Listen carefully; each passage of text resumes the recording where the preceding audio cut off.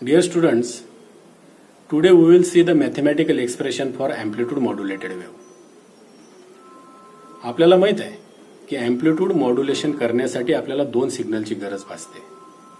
एक म्हणजे कॅरियर जो सिग्नलला मॉड्युलेटिंग सिग्नलला कॅरी करतो आणि second is the modulating signal. Both signals are sinusoidal signals. So we can write the equation for both modulating signal as well as carrier signal. The modulating signal चे equation समजा mt is equal to am sin of omega mt. Equation number 1. हे modulating signal चे equation आहे. Here am is the amplitude of modulating signal. Omega m is the angular frequency of modulating signal. Second, equation for carrier. It is suppose Ct is equal to AC sin of omega Ct. It is the equation number 2. इथं पण तेच आहे. AC म्हणजे amplitude of carrier signal आणि omega C म्हणजे angular frequency of carrier signal. आता by the definition of AM amplitude modulation चे definition नुसार definition काय आहे? The process of changing amplitude of the carrier means AC in accordance with the instantaneous value of modulating signal is called as a amplitude modulation. तर ह्या definition नुसार काय होणार आहे? हा amplitude जो आहे AC कॅरियरचा तो चेंज होणार आहे. तो कोणाप्रमाणे? या मॉड्युलेटिंग सिग्नलच्या इंस्टंटेनियस व्हॅल्यू प्रमाणे. म्हणून आपल्याला suppose A is the amplitude of the M signal. Amplitude modulated सिग्नलचा जर एम्प्लिट्यूड ए असेल तर ए इज इक्वल टू काय असेल?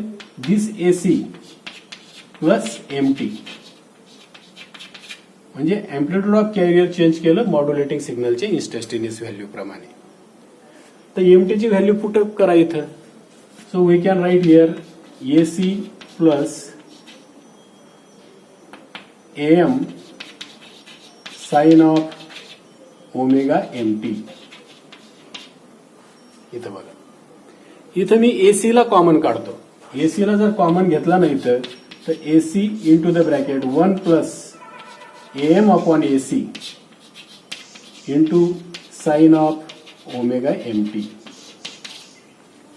आता इथं बघा एम अपॉन एसी काय आठवतं तुम्हाला? Ratio of amplitude of modulating signal to the amplitude of carrier signal. म्हणजे काय? म्हणजे modulation index M A. You know here M A is equal to modulation index of M signal is equal to M upon AC.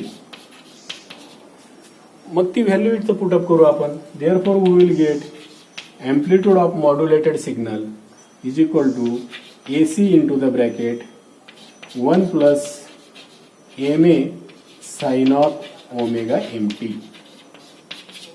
इथपर्यंत आपलं equation लक्षात आलं असेल. हे काय काढलंय आपण? एम्प्लिट्यूड काढलेलं आहे.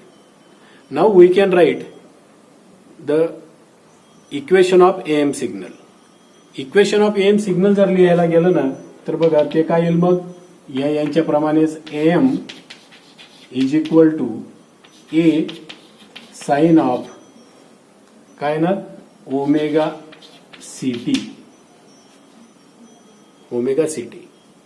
मग हा ए ची व्हॅल्यू ही जी आहे ही पुटअप करायची इथं. मग काय येणार? तो that is equal to AC into the bracket 1 plus M A sine of omega MT into sine of omega CT. Now solve this bracket. Bracket जर सॉल्व केलं तर काय येईल बघा? This 1 into AC is equal to AC into this sine omega CT म्हणजे AC sine omega CT येणार इथं plus AC M A sine of omega MT into sine of omega CT. या ठिकाणी इक्वेशन बघा एम सिग्नलचं. पहिला component काय बघा, AC into sine of omega C T. हे इक्वेशन म्हणजे काय, येतं बघा AC into sine of omega C T म्हणजे this is the carrier, equation of carrier. या ठिकाणी बघा there is the product of two sine of omega M T into sine of omega C T. म्हणजे जे equation याला जर solve करायचं असेल आपल्याला तर तुम्हाला माहित आहे sine A into sine B. काय असतं, sine A into sine B is equal to 1/2 into the bracket cos of A minus B minus cos of A plus B. तर तसं जर आपण लिहिलं तर हे इक्वेशन कसं लिहिता येईल बघा, AC sine of omega C T plus इथं येणार M A C, M A into A C. 1/2 येणार आहे म्हणून इथं मी तो 1/2चा हाफ इथं लिहून टाकला, M A C upon 2 into the bracket येणार साइन, इथं येणार cos of omega C minus omega M into T minus cos of omega C plus omega M into T. हे इक्वेशन आलं बघा, हे equation. This is the equation of amplitude modulated signal. तर याला जर आपण पुन्हा सॉल्व्ह केलं तर काय येणार बघा,